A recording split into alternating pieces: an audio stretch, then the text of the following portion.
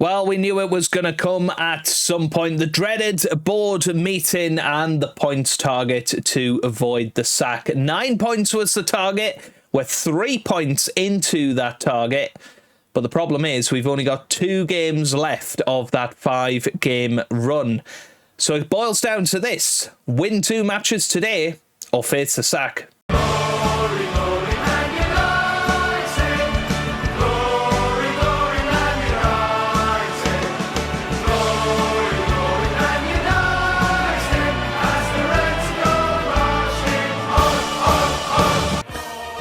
Welcome back to some more Football Manager 2026 and another part of the Manchester United beta save. It could well be the final part of it.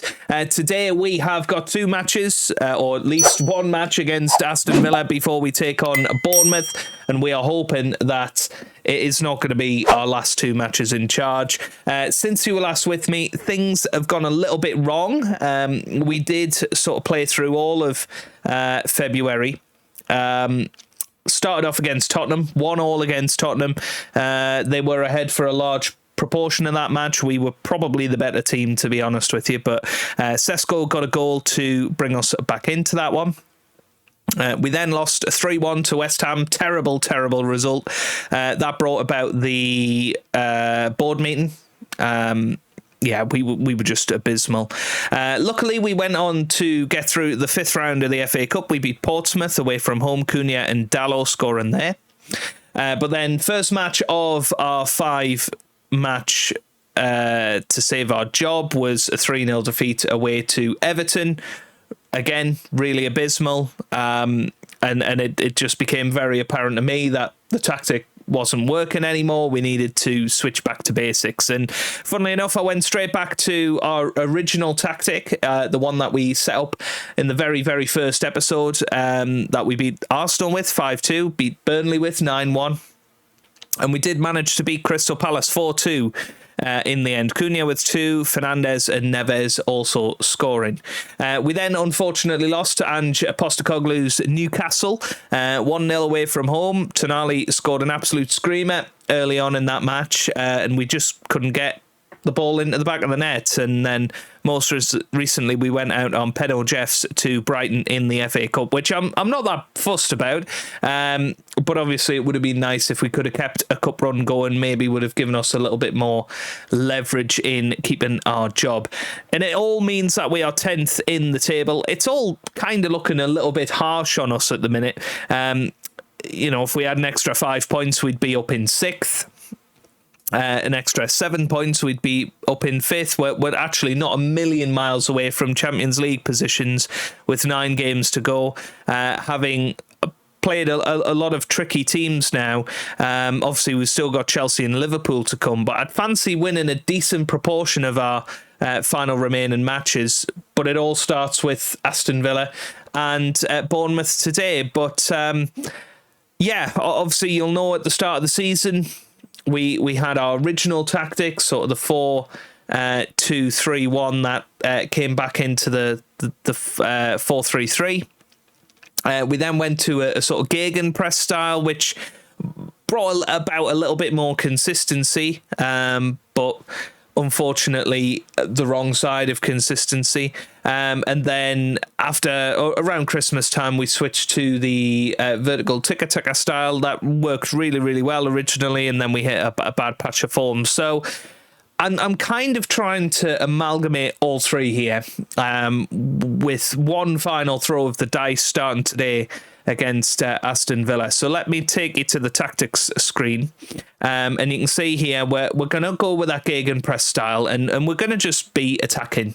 We're going to stick with a 4-2-3-1 style in possession, and then we're going to drop back out of possession as well.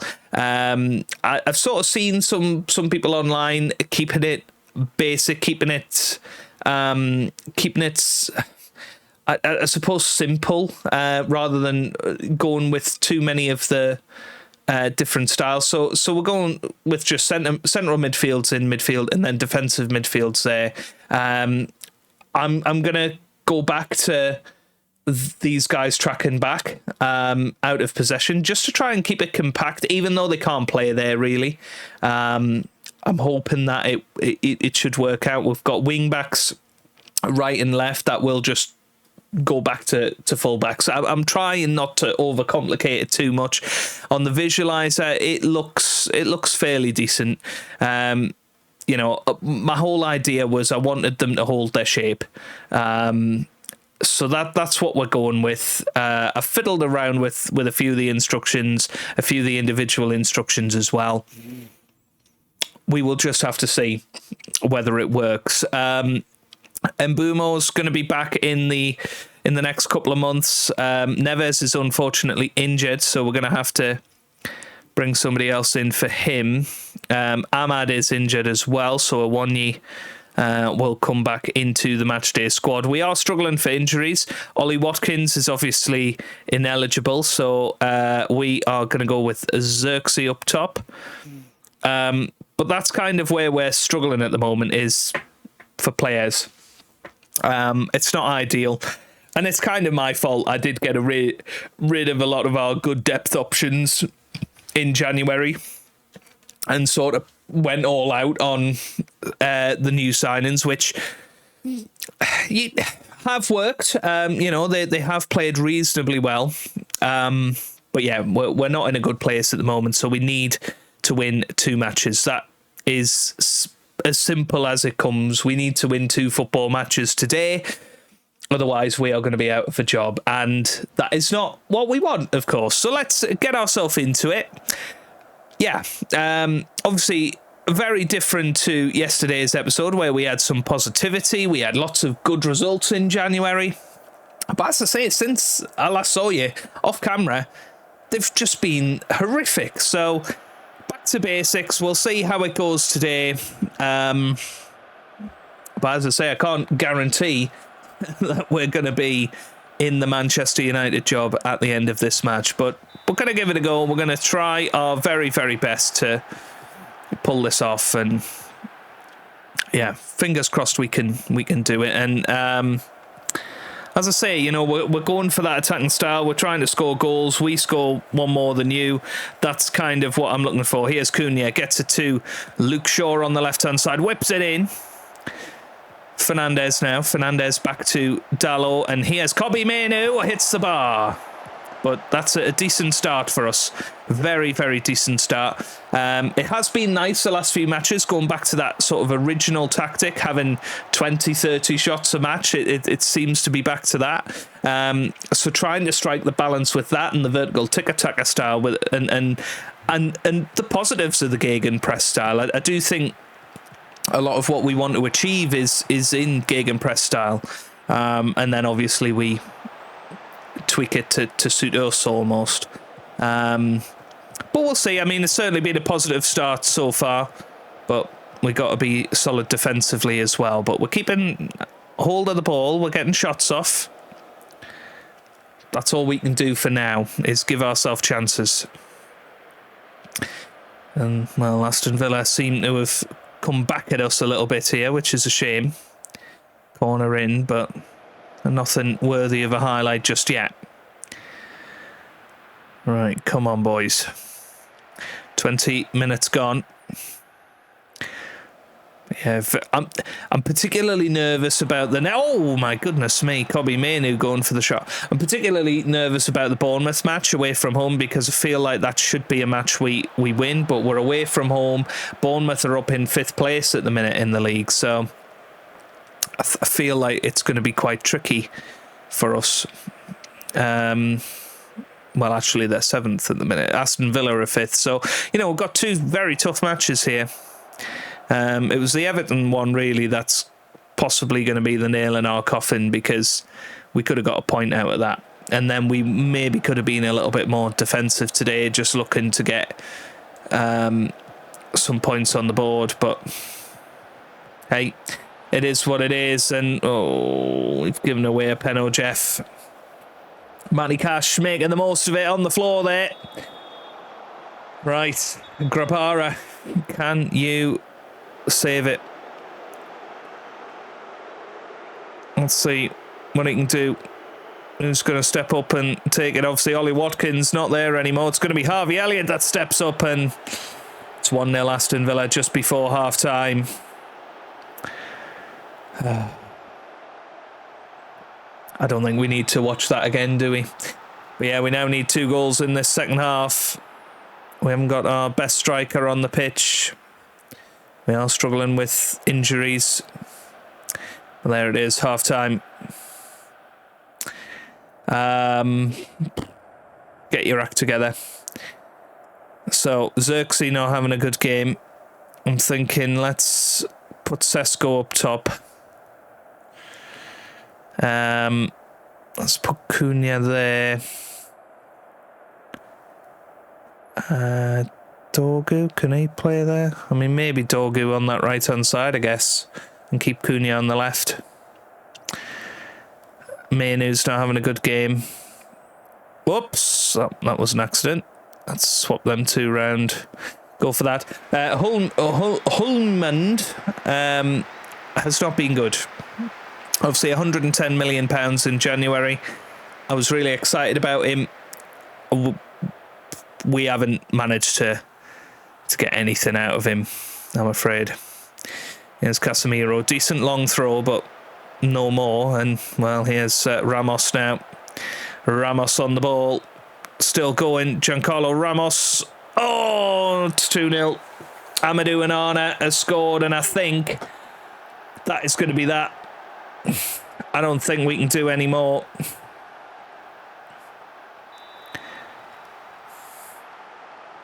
We gave it one last throw of the dice. So unless we get 3 goals in the last 30 minutes, which seems unlikely, we are going to be out of a job.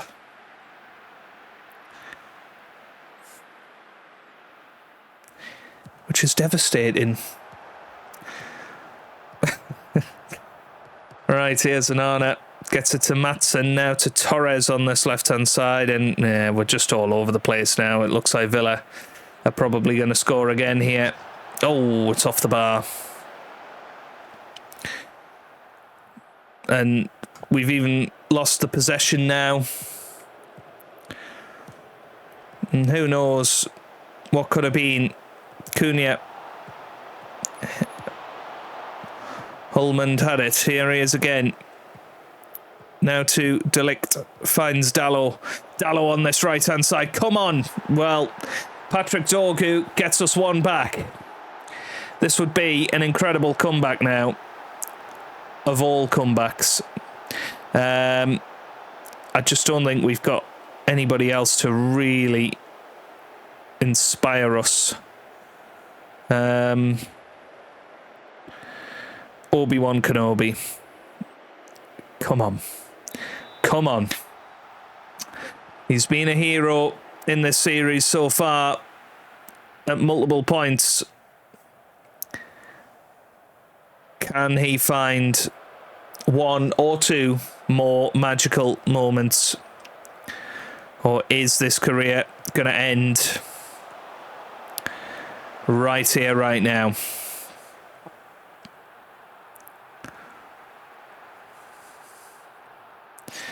I think it's going to be the latter, folks, because we're just not even creating chances now. 4 minutes of added time, but it's not going to be enough, I'm afraid.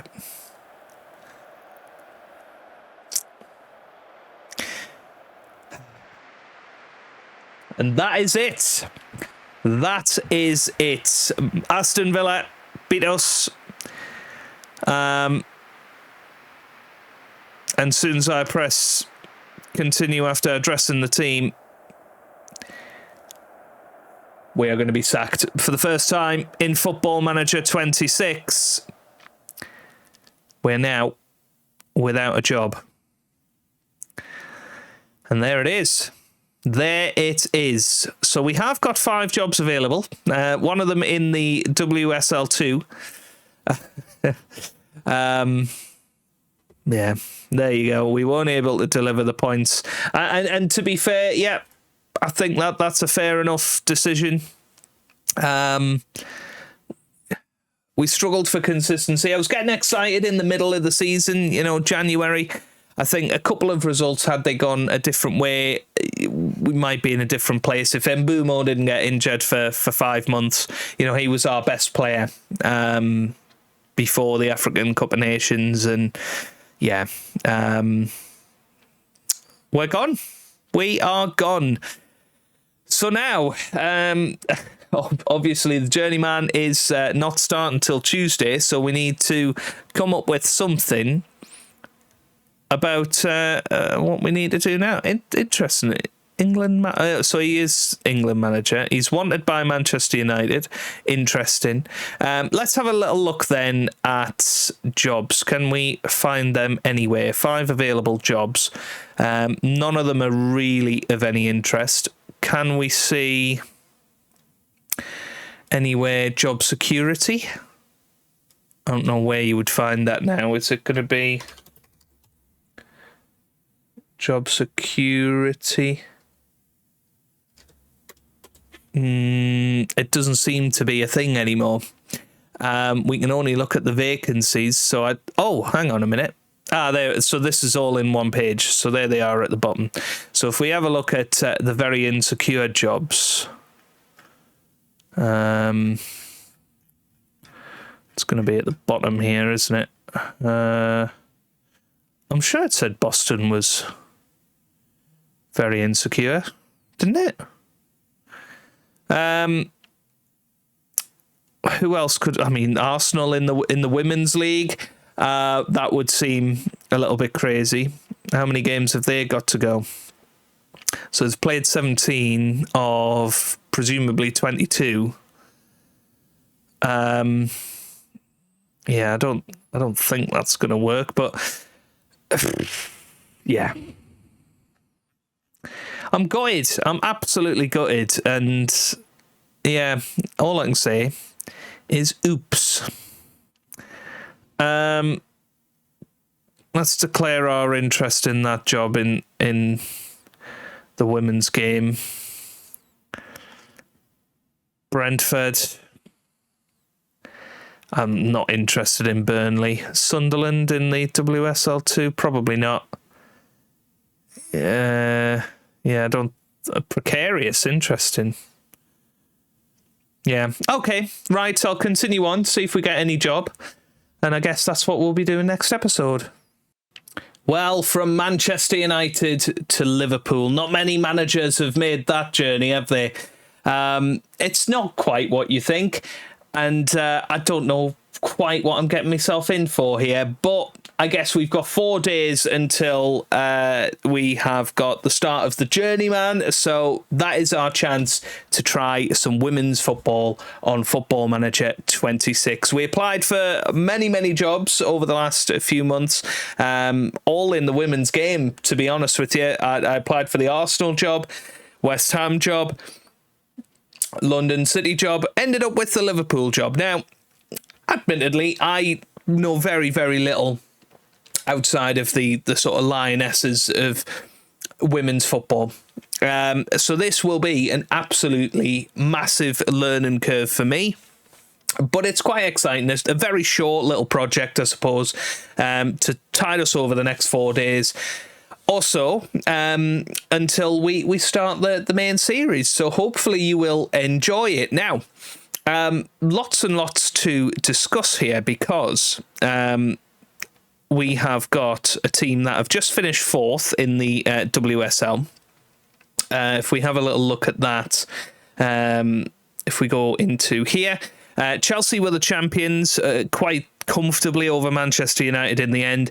Then it's a big gap to Manchester City, and then we're in 4th. So mid-table is going to be good with Liverpool. In fact, the expectations are they just want us to avoid relegation. So I really don't think that Liverpool are meant to be very good. In fact, we were offered the Aston Villa job as well.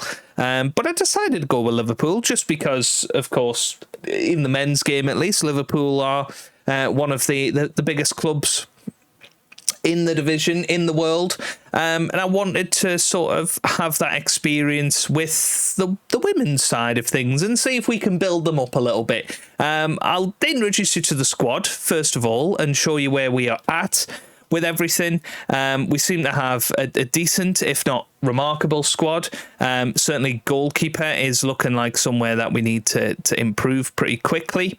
Defensively, we've got a few good players: Gemma Evans, Hannah Lundqvist, Gemma Bonner. They are looking like some of our best defenders. Alejandra Banabi also looks to be good.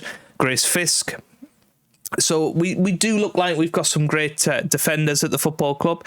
Then moving forward into the midfield, we've got Sam Kerr, who I don't think is the same Sam Kerr that is one of the world's best, because she's Australian, I believe. Kirsty McLean looks decent. We've got Marie Herbinger, 4-star ability, 5-star potential. And then our talisman, or taliswoman, if you like, is going to be Sophie Roman Haug, who is a Norwegian striker. 17 finishing, 18 heading. She is going to be an absolute beast, but I'm really excited to get into it, and hopefully you guys are too. And this is an unexpected opportunity to delve into women's football. It is something that we're going to get involved in the journeyman as well, so it's good to sort of learn the ropes a little bit. And we'll see what happens. We might lose every match. We may well do that, and that will be absolutely fine. We will have our fun. But let's have a little look at what we're expecting then of... where is it? Where's fixture schedule? There we go. In terms of cups, there's the League Cup, there's the FA Cup as well. I don't think there's going to be any European football for Liverpool next season. It doesn't look like they've qualified for anything, but yeah, it's all going to be a bit of a journey into the unknown, and I guess for that I'm really excited. So hopefully you guys are too. If you've enjoyed this up and down roller coaster of emotions, we were on the floor after our sacking by Manchester United, but we are going to be back. It's not glory, glory Manchester United. It's glory, glory Liverpool ladies. So that is where we are going to be picking up in the next episode tomorrow. So I hope you'll join me for that. If you've enjoyed it, give it a big thumbs up down below. Subscribe for daily Football Manager videos. And I hope you guys are having a wonderful day. Thanks for watching, and goodbye.